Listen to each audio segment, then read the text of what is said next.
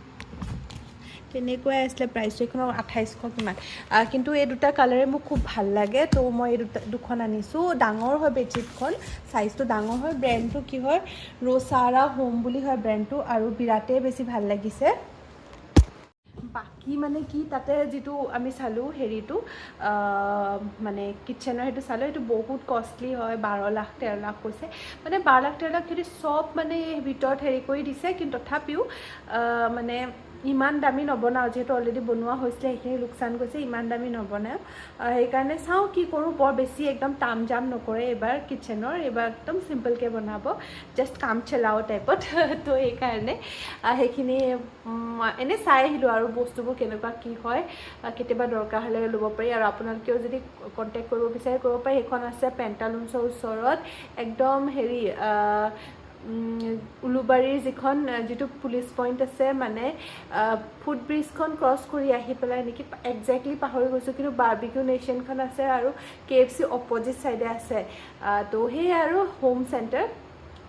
home town নে home centre সেইটোও পাহৰিলোঁ তো সেই আৰু এইখনত গ'লে আপোনালোকে গম পাব তাতে বহুত ভেৰাইটি আছে বহুত ধুনীয়া ধুনীয়া কালেকশ্যন আছে কিন্তু চালোঁ কালেকশ্যনবোৰ চাই বহুত বেছি ভাল লাগে এইবোৰ হোম ডেকৰৰ আইটেমবোৰ বহুত কষ্টলি হয় তো এনেকুৱা একোতো কিনা নাই বেডশ্বীট কেইখন প্ৰয়োজনীয় হৈ আছিলে মই এইকেইখন ডাইৰেক্টলি মইতো এইকেইখন এতিয়া নাপাৰোঁৱে মই ডাইৰেক্ট দিৱালী সময়ত পাৰিম কাৰণ দিৱালী সময়ত মোৰ ঘৰ সজাই খুব ভাল লাগে তো সেইকাৰণে মই দিৱালী সময়তে পাৰিম এতিয়া মই এইবোৰ একো তাম জাম নকৰোঁ এইকেইখন নুখোলোঁ আৰু এখন মই ফেঞ্চিৰ পৰা আনিছিলোঁ সেইখনৰ দাম কিমান আছিলে 1800 মান আছিলে আমাৰ বিছনাখন ডাঙৰ যে সেইটো কাৰণে মানে আমাৰ 7 ফিট বা 8 ফিট নেকি তেনেকুৱা হয় তো সেইটো কাৰণে আমাৰ 9 ফিটৰ বেডশ্বীট লাগে 9 ফিটৰ যেতিয়া বেডশ্বীট হৈ যায় ন দামটো অট'মেটিকলি বেছি হৈ যায় কাৰণ ইমান ডাঙৰ বেডশ্বীট ইমানগাল কাপোৰ লাগে তো অবভিয়াছলি বেছি দাম হৈয়ে যায় আৰু কটন যিহেতু পাৰা যায় সেইটো কাৰণে কষ্টলি হৈ যায় তো সেইকাৰণে ফেঞ্চিৰ পৰা আনিলেও সিমানেই দাম পৰে সেইটো কাৰণে অলপমান ভাল চাই লৈ আনিছোঁ এইবাৰ চাওঁ কেনেকুৱা হয় বাকীটো অনলাইনো কিনা যায় কেতিয়াবা শ্বেয়াৰ কৰিম বাৰু সেইবোৰ আজি তাকে ভাল লাগিলে আজি ইয়াকো ট্ৰেইনত উঠালোঁ বেছি এনজয় কৰিব পৰা হোৱা নাই লাহে লাহে হ'ব তথাপিও আৰু যিমানখিনি হৈছে দেখুৱাবতো লাগে ন তো সেয়া তো আজি কামটো হৈ গ'ল পিছে আৰু এসপ্তাহ বা 15 দিনৰ পিছত আহিব বুলি কৈছে 15 দিনৰ ভিতৰত আহি যাব বুলি কৈছে এতিয়া কেতিয়া আহে বা নাজানো কিন্তু আহিলে আপোনালোকৰ লগত শ্বেয়াৰ কৰোঁ বা আৰু আজিৰ ব্লগটো আৰু বেছি দীঘল নকৰোঁ আশা কৰোঁ আপোনালোকে ব্লগটো চাই ভাল পালে বুলি যদি ভাল লাগে লাইক শ্বেয়াৰ কমেণ্ট কৰিবলৈ নাপাহৰিব যদি আপোনালোকে মোৰ চেনেললৈ প্ৰথমবাৰ আহিছে তেতিয়া প্লিজ মোৰ চেনেলটো ছাবস্ক্ৰাইব কৰিহে যাব তলত থকা বেল বাটনটো হিট কৰিবলৈ নাপাহৰিব যাতে আহিবলগীয়া ভিডিঅ'বোৰ আপোনালোকে চাব পাৰে আজিৰ কাৰণে bye bye thank you for ৱাচিং